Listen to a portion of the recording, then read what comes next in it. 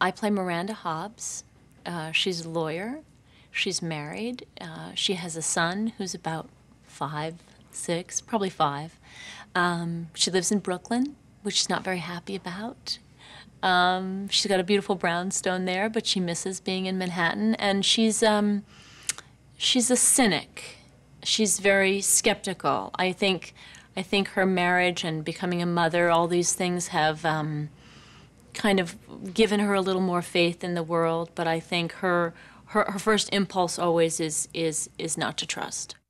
How often do you guys have sex? Sex. Miranda, please. What? She's 3. She doesn't know what it means. I'm 41, and I still don't know what it means. I know, but she is repeating everything. If I'd known the girl talk was going to be on lockdown, I wouldn't have flown 3,000 miles. No, we can talk. Let's just not use that word. Fine. How often do you guys... Color? Thank you. Well, I can't color enough. I could color all day, every day if I had my way. I would use every crayon in my box. We get it. You love to color. Well, my character's name is Carrie Bradshaw, and she lives in New York City very happily. And she is a writer. She has a weekly column for a newspaper, and the column really is about sexual politics, gender politics, and the intimate way that women share their stories and their lives with one another. Oh, I remember that smile. Who's the guy? It's the one I just met. He wants me to meet him for drinks. At 11:30? Oh, that's a booty call. No, it's not. He's a waiter. He just got off work. Louise, now, I may not get texts, I may not send texts, but trust me, the subtext of that text, bootay. But if he meets me, then it's not a booty call, right? All right, then. Enjoy yourself. That's what your 20s are for. Your 30s are to learn the lessons. Your 40s are to pay for the drinks. Well, in that case, I'd take another one. By the time the movie comes around, she's working on her third book, 2 previous bestsellers. So she's experiencing New York City in a different way. It's the first time she's really had money. It's the first time she's been wise and smart enough and prudent enough to save money. She's much more of an adult in more traditional ways than she had been during the course of the show. How is this place even available? Nasty divorce. If you live here, what is there to fight about?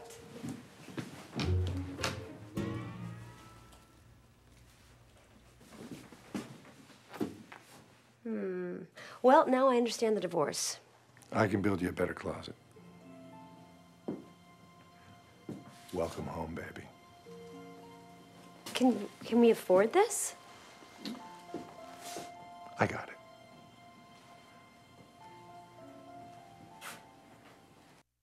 For the people who know the series of Sex and the City, they would know that the series was really about the search for love. And I think the movie's about the question about what happens when you find it. It's a movie that is about women in relationship and their friendships and how you stay friends when sometimes life pulls you apart and puts you back together. It's really a love story between 4 women and the loves of their lives.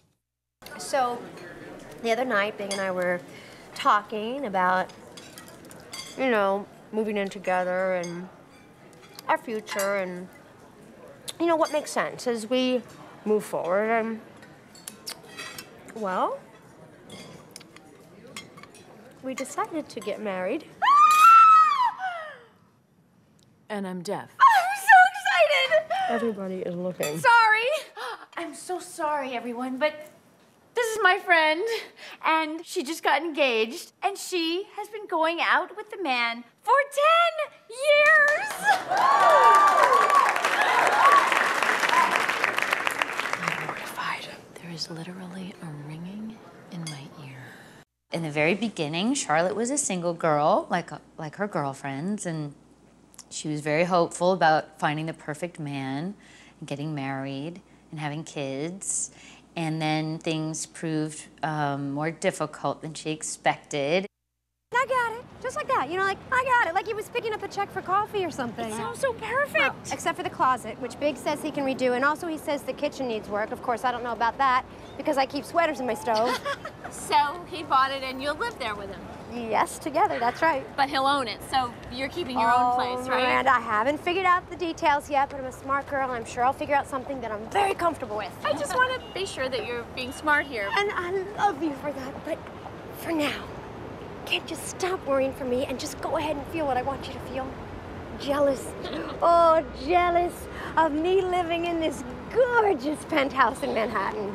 All right, I'm jealous. Oh, thanks. You live in real estate heaven, and I live in Brooklyn. New York Magazine said Brooklyn is the new Manhattan. Oh. Whoever wrote that lives in Brooklyn. I play Samantha Jones, who is a flame that is burning bright. And she's like an Auntie Mame character. Most people in life, as Auntie Mame says, you know, they're picking at the appetizers, but she's going for the main course and dessert as well. Insatiable appetite for fun, and she's quite infectious to be around. The sun feels nice. Jesus, honey, wax much? What? I didn't know I was going to be wearing a bathing suit. What are you talking about? I forgot to wax. I've had other things on my mind. I could be on death row and not have that situation. Well, Samantha, when you're married, you have a different set of priorities. Oh, honey, don't blame marriage. This one's married and she's not growing a national forest. How do you even cross your legs? Let me make you a spa appointment. Any thicker and you won't be able to find it. The movie starts about 3 years after the series ended, and you pick up with each of the girls. Carrie and Big are in a very happy relationship. Miranda and Steve are still married with one child. Charlotte and Harry have adopted their Asian daughter, and she's 3. And Samantha and Smith have followed his career to Los Angeles and are very successful. So you meet the 4 girls, and their lives have progressed 3 years along. And Cinderella and the prince lived happily ever after.